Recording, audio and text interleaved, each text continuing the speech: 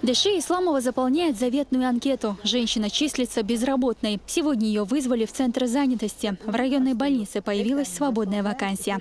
Мы выдали направление 5 октября, а они поставят свою дату, каким числом тебя примут или откажут. Специалист отдела выписывает для молодой женщины направление в больницу. В течение 5 рабочих дней с момента обращения она должна получить ответ от организации, предоставившей ей рабочее место. Больница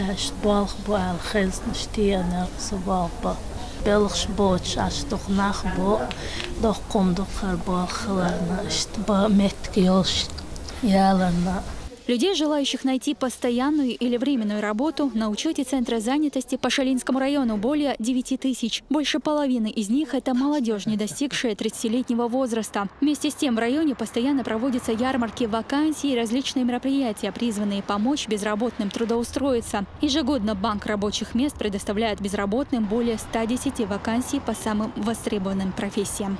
В основном это в сфере здравоохранения, образование. Также есть единичные такие ГУП.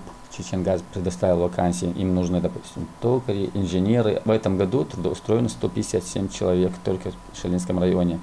Из них 32 человека это как раз таки обратившиеся. Это уже даже люди, которые прописаны в других районах, даже регионах, но трудоустроены через Центр занятости населения Шалинского района.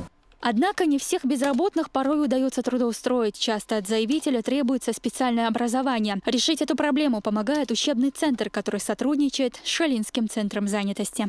В этом году мы уже на обучение отправили 217 человек. Образование такие: парикмахер, бухгалтер один из, повара, медсестры подготавливаем. Это 2- или 3-месячные курсы.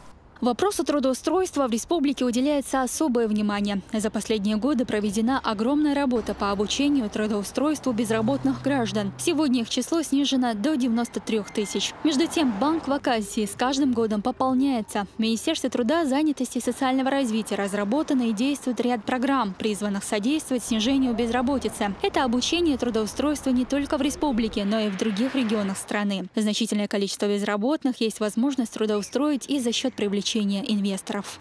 На 1 октября численность вакантных мест в республике составляет 3451 вакансия.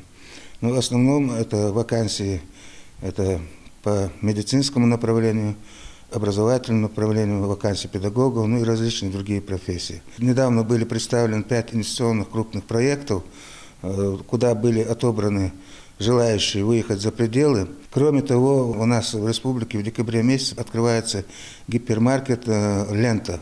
Я надеюсь, что более 200 человек по этому мероприятию будут трудоустроены до конца года. Одно из главных мероприятий в программе трудоустройства – это ежегодные ярмарки вакансий, проводимые профильным министерством. Так, на неделе в Грозном прошла встреча граждан, состоящих на учете в центрах занятости с представителями более чем 50 организаций, предоставивших вакансии для соискателей с высшим и средним образованием. А это более 6 тысяч рабочих мест. Посетители на месте могли ознакомиться с интересующей специальностью, заполнить анкеты и пообщаться с работодателями. В нашей ярмарке вакансий сегодня участие принимают субъекты других регионов, которые изъявили желание также принять наших безработных у себя в республике на крупных объектах. И сегодня будет у желающих возможность по видеосвязи провести тестирование. Сегодня участие принимают все наши учебные вузы, техникумы. И есть студенты, которым представлена необходимая информация.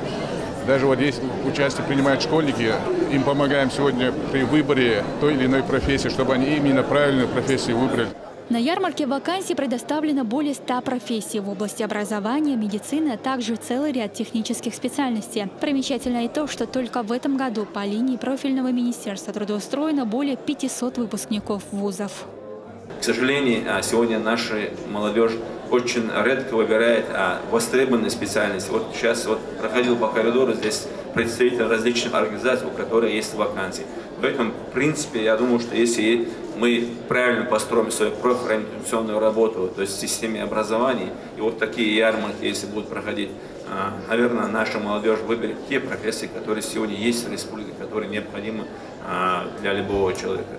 Традиционно ярмарка вакансий проходит 2 раза в год и каждый раз привлекает к участию новых работодателей. А значит, и возможность получить большое количество вакантных мест с каждым разом только растет, что наглядно демонстрирует результативность проводимой работы. Елена Халидова, Руслан Яхьяев и Ислам Цамаев. Новости 7.